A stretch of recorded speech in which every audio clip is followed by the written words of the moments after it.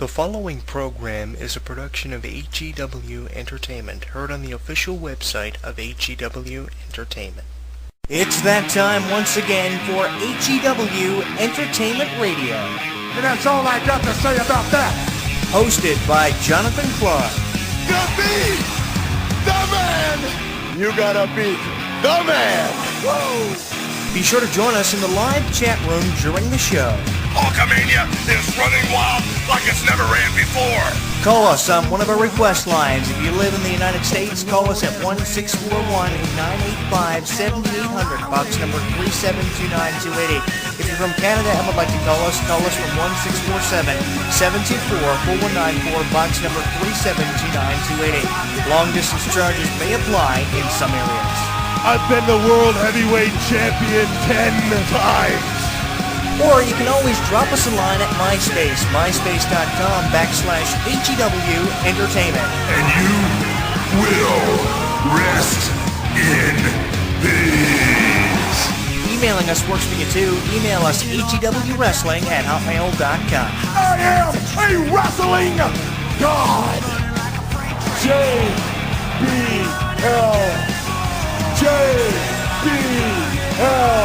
And now, without any further ado, here is your host of HEW Entertainment Radio on the official website of HEW Entertainment, Jonathan Clarke. The champ is here!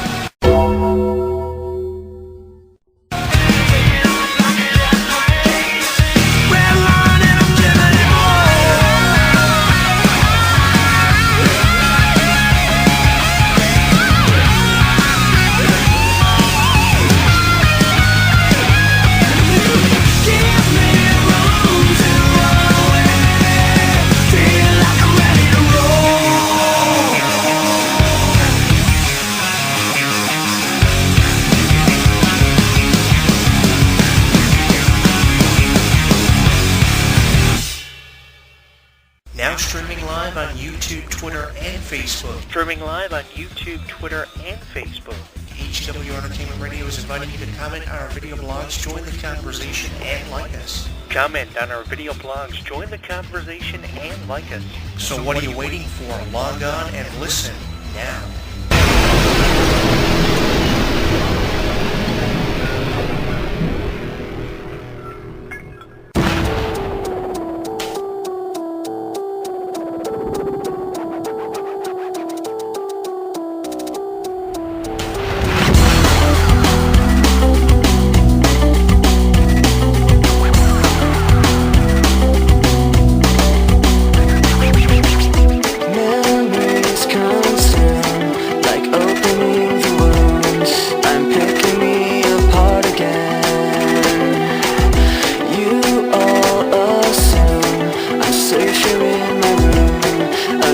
Try to start again. I don't want to be the one the battles always choose, 'cause inside I realize that I'm the one confused. I don't know what's worth fighting for, or why I have to scream.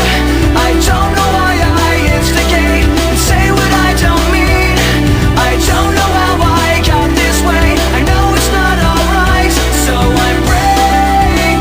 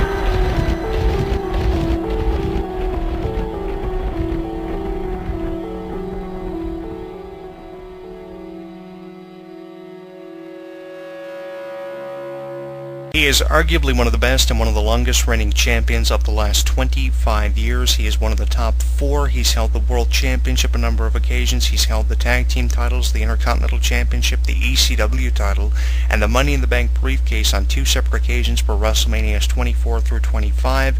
So to say that he isn't one of the best and just annoying would be an understatement from the point of view of a wrestling fan, and especially radio show hosts and columnists who aren't fans of CM Punk. Now, you're probably just saying to yourself that he's just saying this because he's a CM Punk fan and been that way ever since 2006. I will never deny over this microphone that I am a CM Punk fan, because I am, because from a pure wrestling perspective, he's one of the best in-ring generals since Bret Hart or Dean Malenko, and I really believe that. And I think that after victories over the likes of Dolph Ziggler, Kane, Daniel Bryan during his reign as WWE Champion, with how impressive those matches were, and he had a first and second half of his reign as a fan favorite, and the second half was spent as a heel, as a Paul Heyman guy. He even had a manager, he had alliances, he did everything possible to retain the championship, no matter if he had to have the Shield interfere, no matter if he had to get himself disqualified. He did everything to prolong his WWE Championship reign, and although he didn't surpass the reign of Bruno Sammartino, which had a total combination of days of over 12 years as WWE Champion from all the reigns that he had, he wanted to be champion until 2018, when he would make it to the 353rd edition of WWE Main Event as champion, but he didn't do it, and CM Punk probably would have been the best candidate to have surpassed the reign of the likes of Bruno Sammartino with how good of a pure wrestler CM Punk actually was. He returns at June's Payback pay-per-view for Punk Jericho 3, and from a pure wrestling perspective, out of those series of matches Punk and Jericho gave us, from WrestleMania 28 to Extreme Rules 2012 in Chicago, in the hometown of CM Punk, where he was arguably the fan favorite, where CM Punk is always the fan favorite, no matter what CM Punk has done dastardly in the WWE. He could have done the most dastardly thing and go to Chicago and still be a fan favorite, no matter what CM Punk is victimized of, and he's still a fan favorite. And now Punk Jericho 3 taking place in Chicago again for the first time since 2012 really puts into perspective for you just how good of a wrestler CM Punk is. Really, the last year of his career should put that into perspective for you. So I am putting over CM Punk as certainly one of the top 5 best pure wrestlers in the business, and I think CM Punk needs to be rewarded for rebounding so diligently off of losing to The Rock and The Undertaker, which there is no shame in doing, because The Rock and The Undertaker are legends in the wrestling business, and at WrestleMania 28 you couldn't have treated 2 legends any better than what you did by having The Rock and The Undertaker get over on John Cena and Triple H in incredible Hell in a Cell matches and main events in the way of WrestleMania 28. It was just great watching how WrestleMania 28 was portrayed, and WrestleMania 29, the follow-up to one of the best WrestleManias of all time, was equally as impressive. So you need to have CM Punk rebound just as diligently as someone as The Rock is going to rebound when he returns and eventually becomes the WWE Champion. I don't care who CM Punk takes the title from. I don't care if he takes the championship from Alberto Del Rio. I don't care if he takes the championship from John Cena or Daniel Bryan after SummerSlam. I just think that CM Punk needs to be rewarded, because if you continue to overshadow CM Punk, fans are going to lose interest in CM Punk, who is right now one of the top 5 most popular wrestlers based on crowd reactions. You have Daniel Bryan on that list as well. You need to reward these talents, especially for the incredible one-on-one matches they have given us over matches that have had nothing to do with the WWE title. If you were to have matches like Daniel Bryan versus CM Punk all the time, not for the WWE title, then wrestling fans would notice that. They'd start becoming pissed off, and as a result your ratings would decline, because Daniel Bryan versus CM Punk isn't always for the WWE title, when it probably should be when you take a look at the match they had from the Over the Limit pay-per-view in 2012. From a pure wrestling perspective, it was one of the best. CM Punk versus Dolph Ziggler, that was one of the best. CM Punk versus Kane was one of the best matches. That was nothing over the WWE title. You had matches like CM Punk versus The Miz and Alberto Del Rio in that reign as champion.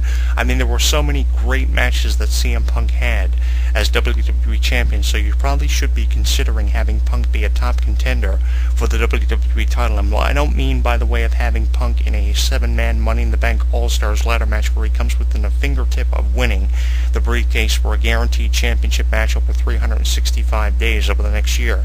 I'm talking about giving CM Punk more than one opportunity at the WWE title sometime between now and the conclusion of 2013. He really needs to be rewarded. He is one of the best technical technical wrestlers I have seen since the likes of Chris Benoit, Chris Jericho, or Bret the Hitman Hart. And if Bret the Hitman Hart ever wrestled CM Punk, it would be an awesome match, and it probably would be for the WWE title. My pick to win that match would be CM Punk, and I'm not saying that just because I'm a CM Punk fan. Because of the way CM Punk got up in the face of Bret Hart, said that he was a better pure wrestler than Bret Hart ever was in his career, and really challenged Bret Hart to a one-on-one match when CM Punk was champion, and that left images within the minds of Canadian wrestling fans of what would ever happen if CM Punk faced Bret Hart. There was an interesting article written on WWE Magazine of how Bret Hart would ever face Daniel Bryan, who would win that match, and there could be an article written at some point in time of who would ever win if CM Punk would ever face Bret Hart for the WWE title. He really is one of the best pure wrestlers I have seen since Bret Hart, Dean Malenko, Chris Benoit, or Chris Jericho,